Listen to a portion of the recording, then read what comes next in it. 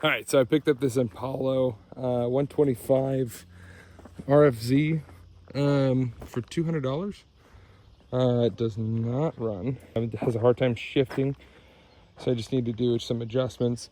Maybe a carb cleaning. These carbs don't have a serviceability to it, but I'm going to show you how I'm going to go do that and get this thing up and going. It has the pink slip, so I got the pink slip with it. For $200, can't beat that. So let's see how it goes. It's Apollo 125. They come with the carburetor that is a non-serviceable one, basically where you cannot take the bottom cap off to clean the insides. What you could do is try to get a pliers on the end there and try to get that and to turn it. It should be threaded. There are 3 threaded screws. Now what they do is they tighten until they break. Once they tighten tight enough, the bit end snaps off. This is a serviceable carburetor. You just have to take these off. I am using a M18 grinder and I'm lightly just taking the heads off. Okay, so once you get all the bit heads grounded off, I like to take a hammer, knock it. Now this one does have a gasket, so just want to be careful because I'm going to reuse it. All this comes apart fairly easy.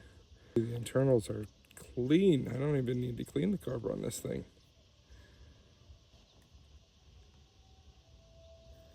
All right, so these Chinese carburetors are as good as a bag of beans. So I just take some pliers and crack it loose. This is the main jet. It's got 2 parts to it, but I mean, as long as it's clear, what you do is you take it, look into the sky with it.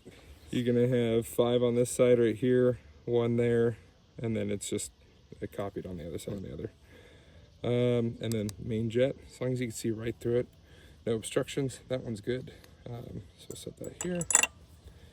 And then here is the idle jet. So this one that typically always gets clogged for people. Just whether you want to or not, this one gets clogged.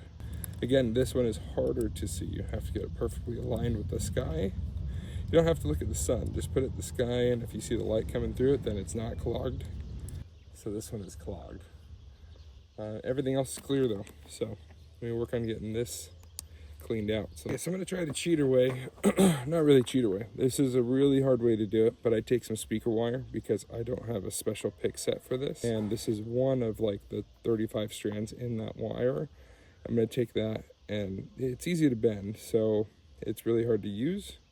But what I like to do is insert it and slowly turn, and just like that, we are through.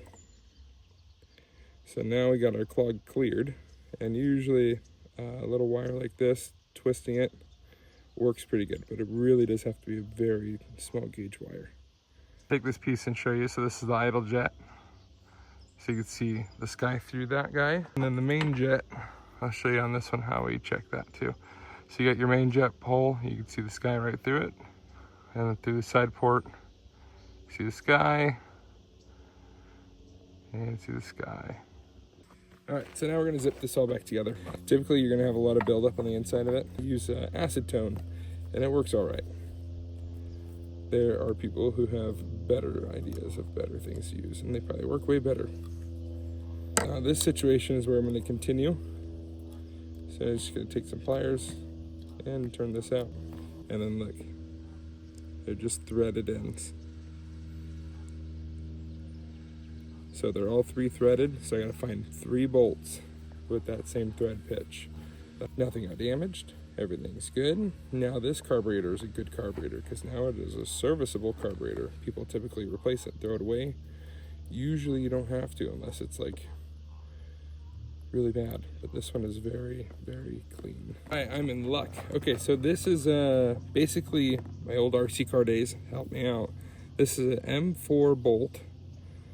I'm gonna go a little bit longer, but pretty much that's the entire length of it. It's an M4 by 16. I believe it's 16 millimeter is the actual length. So this is a direct, perfect fitment match. Now this guy is basically a valve that lets the fuel in, comes in here, comes through this port, and fills up till this shuts off. Okay, and then this slides through. There's nothing retaining this pin. A good way to check that this port is working before you put it back together is you could take the end here, as long as there's no actual gas on it. You blow into it and then close the valve this way, acting as if this is filling it with fuel, closing that. So I'm gonna try that.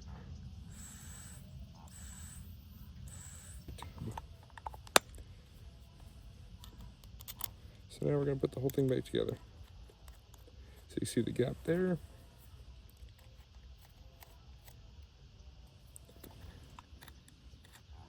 And then all we need to do is just snug it. There's no reason for this to be over tightened or over torqued. But that's an Apollo 125 carburetor cleaning, rebuild, check. There is more ports and more stuff to clean, but this carburetor is magnificent, and you really don't need to if you're just trying to get it running to verify the engine runs and see how it runs. I got to show when I was disassembling it, did not notice it. It actually has a detention threaded breakable nut right here. I had no luck getting it out, so I used the pliers and just kind of filed at it because I had no luck getting it out. So it should be all right now. Okay, so I got the carburetor installed, everything hooked back up. I just kind of flushed the tank a little bit, put some fuel in it. Has not been running since I believe the sticker said 2024.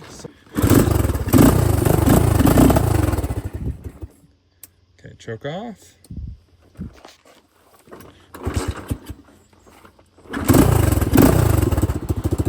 Whoa. She moans. That's disgusting.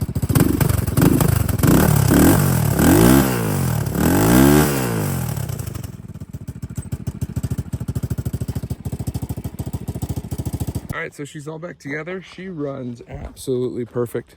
Like, actually, a new tube needs to be installed. I had to go through, put this assembly back together, just the cover. Everything is there, just the cover's gone and tightened up. I am blown away. It's been sitting for 2 years. Got it for $200 with the pink slip.